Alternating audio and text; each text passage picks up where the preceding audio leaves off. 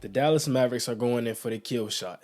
This is a team we should start taking serious, and it's time to consider it now because looking at their free agency moves, they've done some very sweet things. And I like the Phoenix Suns. I like the Los Angeles Lakers.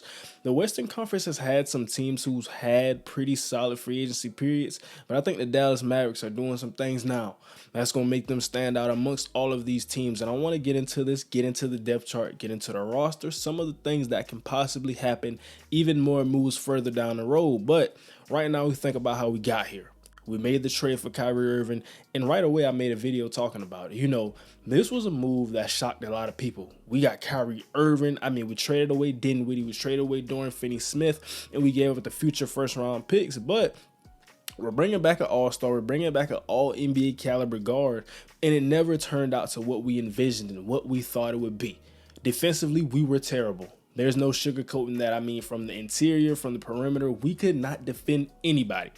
And with Luka Doncic, you know, they had some struggles figuring out who wants to take that last shot, who wants to be the guy in certain moments, and when to cut it on, when to cut it off, and let the other guy cook.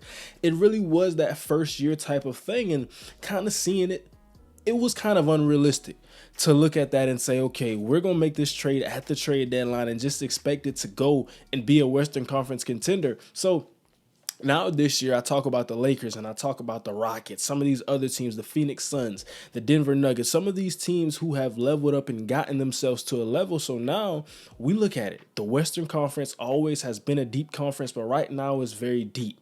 I mean, the Phoenix Suns, they got a team like no other. The Los Angeles Lakers, they had the best free agency in my eyes.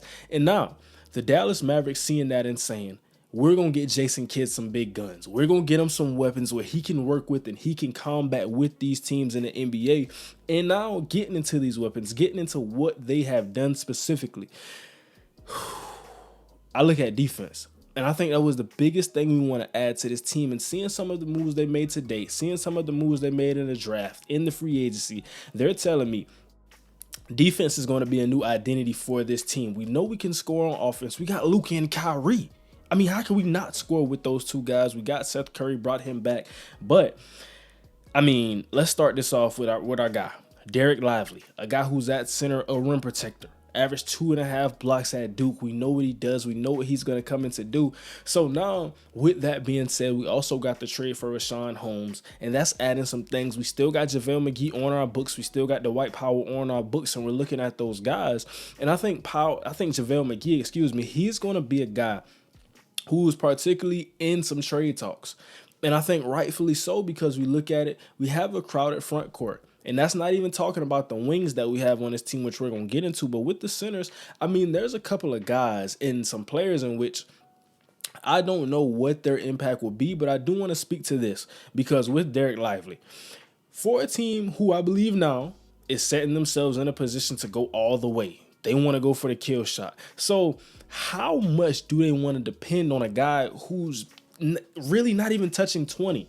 How much do they want to depend on that in the NBA playoffs, in the big time games, in the big time moments? Now, he's a rim protector, live threat right now, has some things to work on and developing in his offensive game, but I really like him as a big man. He was a lottery pick for a reason.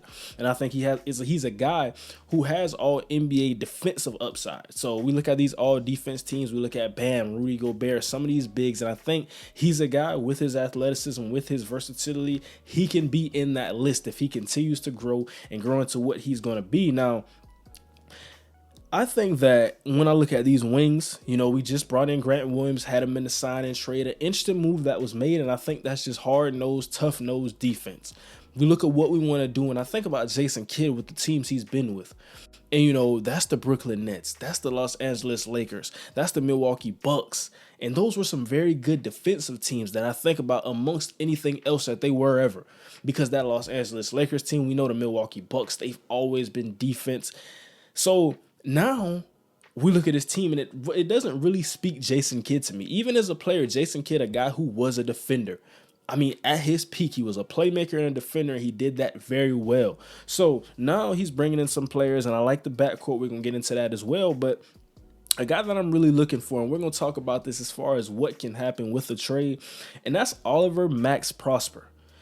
A guy who's came in very versatile on the defensive end. Now, I like his shooting mechanics, and he shot pretty solid from the three in college at Marquette, but he can clean some of that up and keep progressing at that level if he's going to be that high tier 3-and-D guy on the wing for this team. But defensively, I think he can come in and be an impact defender right away. And we think about how we drafted. We drafted one of the best wing defenders in the draft in Max Prosper. We drafted one of the best defensive bigs in Derek Lively. So now we're moving the right way, and we look at free agency. Some of the things I want to touch on the free agency, and that's bringing in a Dante Exum, bringing him back from overseas. He's a guy who's been in the league, was drafted very high. Everything did not pan out for Dante Exum. Dealt with some injuries, but overall a very talented guard. So we got to love that on a 1-year vet minimum. Brought back Seth Curry, as I aforementioned and spoke to that. Kyrie Irving. That was the big thing. That was the elephant in the room, and we had to keep them. We can't trade these guys, trade the future first-round picks, trade Dorian Finney-Smith, and just get a half of a season rental. That's not what we can do. We can't afford to do that. That's not good GMing of a team. So, of course, we got him to a 3-year, $126 million deal, and he has the player option on the back end of that, something to note. But really, now with this being said, we look at the players they added, what they have, and I want to chart off this depth chart right now because hypothetically, what we will have if we don't make any more moves, we got Luka, Kyrie, Tim Hardaway Jr., Grant Williams at the 4, and Rashawn Holmes or Powell, Derek Lively, whoever wants to start at the 5 by Jason Kidd.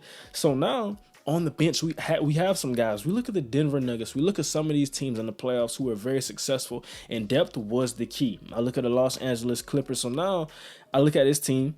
I see Seth Curry. I see Jaden Hardy, a very young, high-level, high-volume scorer. A guy who can get it done along with Seth Curry. So they have scoring coming off of the bench. Whoever's the spark plug for that night, whoever gets it going.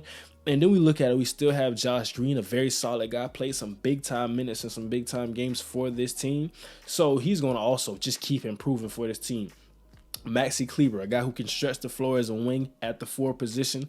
And now I talk about it, we got that 3-headed monster at the big.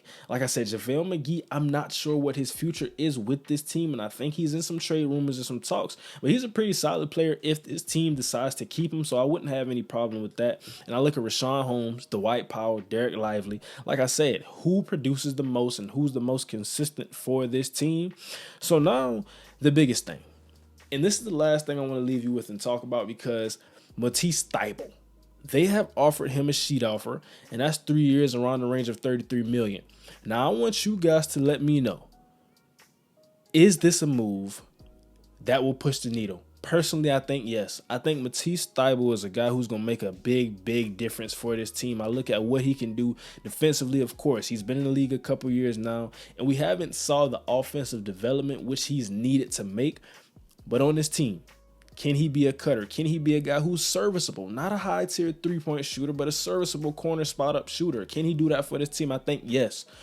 So, I mean, looking at that, if we add that, and then we have to think about Tim Hardaway Jr. as well. He's still on this team.